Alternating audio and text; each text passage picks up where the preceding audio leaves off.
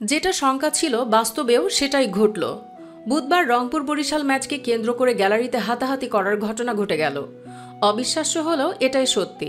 মূলত সাকিব তামিম দ্বন্দ্বকে কেন্দ্র করেই এই অপ্রীতিকর ঘটনা ঘটেছে। বরিশালের ডাক আউটের খুব কাছে এই ঘটনা ঘটে। ভাইরাল একটি ভিডিওতে দেখা যায় ডাক আউট থেকে তামিম তাদের থামানোর চেষ্টা করছে, তবুও থামেনি দু দলের সমর্থকরা, একে অপরকে মারতে দেখা যায়। এসব ঘটনা মূলত ক্যামেরার বাইরে ঘটে থাকে, তবুও ম্যাচ শেষে বাইরে চলে আসে দর্শকের ক্যামেরার মাধ্যমে।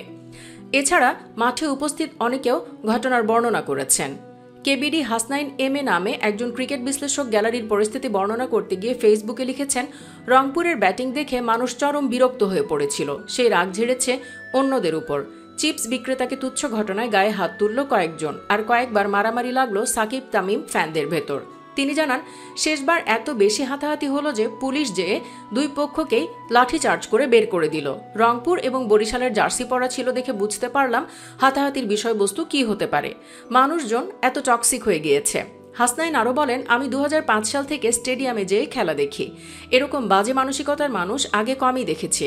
ক্রমাগত সাকিবকে অথবা তামিমকে গালি দিয়ে যাচ্ছে, সেটা প্রতিহত করতে যেয়ে হাতাহাতি হয়ে যাচ্ছে। ভালো করে বোঝাতে গেলে উল্টো ঝাড়ি দেয়।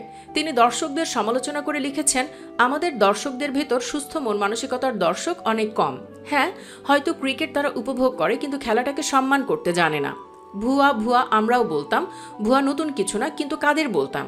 সাধারণত কেউ ফিল্ডিং মিস করলে তখন, বা কোনো ব্যাটসম্যান অতিমাত্রায় বাজে খেলে আউট হলে বলতে শুনেছি, কিন্তু ভুয়া ভুয়া তো এখন স্লোগান হয়ে গিয়েছে। তামিম বাউন্ডারি লাইনে আসলেই শুরু হয়, সাকিব আউট হলেই শুরু হয় বাজে অবস্থা। বিপরীতে কিছু দর্শকের ভিডিওতে তামিমকে দেখা যায় গ্যালারিতে মারামারি করা দর্শকদের থামানোর চেষ্টা করতে, তবে তাতেও তিনি ব্যর্থ হন। তারপরই হয়তো পুলিশ অ্যাকশনে যায়। দর্শক, ক্রিকেট মাঠে এসব ঘটনা কি মোটেও সুখকর হতে পারে? এসব কি দেশের সম্মানহানি করছে না? কমেন্টে জানাতে পারেন যে কোনো মতামত। আর ভিডিওটি ভালো লাগলে অবশ্যই একটি লাইক দিন ও যত সম্ভব শেয়ার করুন। ধন্যবাদ সবাইকে।